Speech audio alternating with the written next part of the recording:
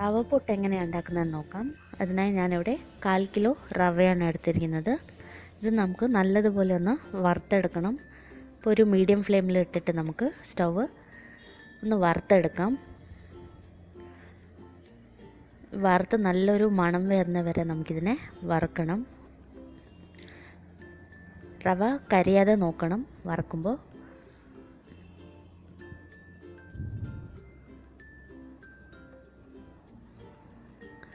ഇതിപ്പോൾ ഏകദേശം വറുത്ത് കഴിഞ്ഞു. നമുക്കിതിനി മാറ്റി ഒന്ന് തണുപ്പിക്കാൻ വയ്ക്കാം. ഇനി നമുക്ക് റവ കുഴയ്ക്കാനായിട്ട് വെള്ളത്തിൽ കുറച്ച് ഉപ്പ് കൂടി ചേർത്ത് നമുക്ക് ഈ റവയൊന്ന് കുഴച്ചെടുക്കാം. റവ നല്ലതുപോലെ തണുത്തതിന് ശേഷം മാത്രമേ നമുക്ക് കുഴയ്ക്കാൻ പാടുള്ളൂ.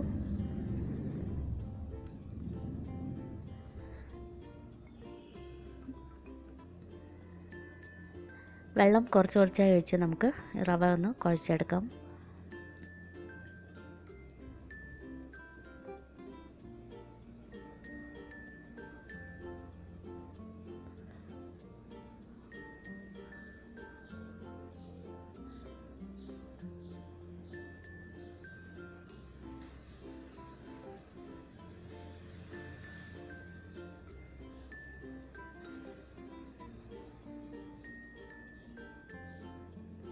കട്ട കൂടാതെ കുഴച്ചെടുക്കണം.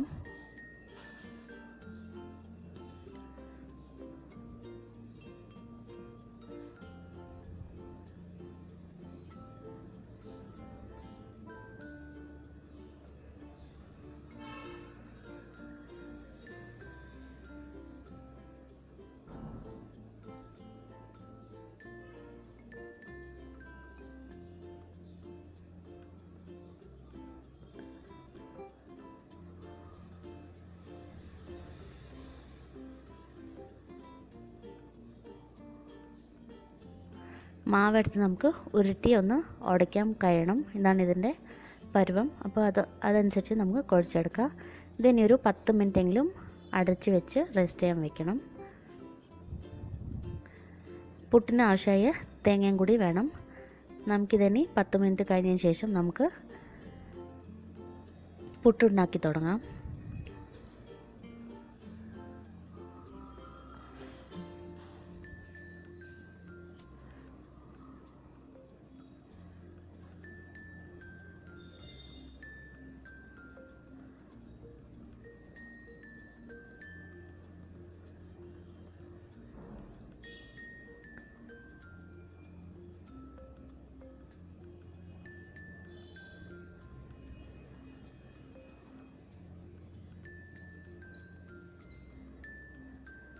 നമുക്കൊരു 15 മിനിറ്റെങ്കിലും ഇതിനെ വേവിച്ചെടുക്കണം.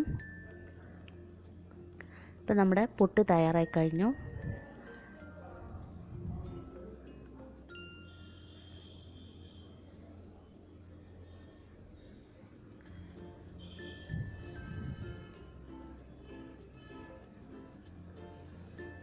നല്ല സോഫ്റ്റായിട്ടുള്ള പുട്ടായിരിക്കും ഇത്.